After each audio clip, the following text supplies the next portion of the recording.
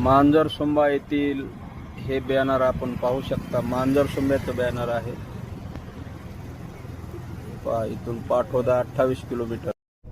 तर मंडळी, हे आहे पाटोदा शहर. आपण पाहू शकता. मी पाटोद्याच्या बाहेर आहे. अजून अलीकडे जे मोठंसं टेमकाड आहे त्या टेमकाडावरूनच पूर्ण पाटोद्याची शूटिंग करत आहे, व्हिडिओ बनवत आहे. हे पाहू शकता आपण पुणे. आणि इकडं हा बीडकडे जाणारा रस्ता पाटोद्यावरून.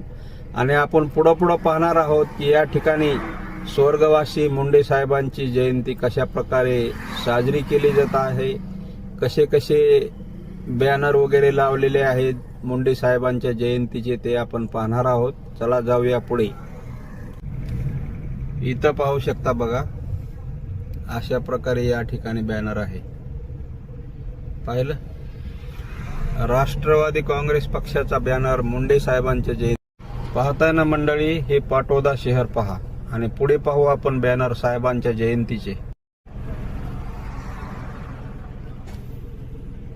हा आहे साहेबांच्या जयंतीचा हा भगवा झेंडा, ज्याच्यावरती मुंडे साहेब आहेत, आपण पाहू शकता.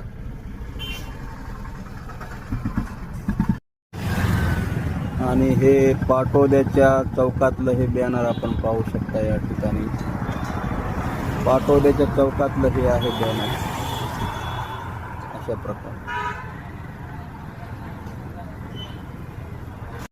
आणि हे पहा मंडळी, हे आहे सावताळा गाव. जामखेडच्या घाटाच्या अलीकडं जो घाट लागतो जामखेडचा, त्या ठिकाणचं हे सावताळा गाव.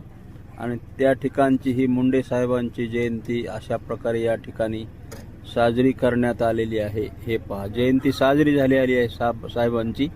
गोपीनाथरावजी मुंडे साहेबांची जयंती अशा प्रकारे सावताळा गावात.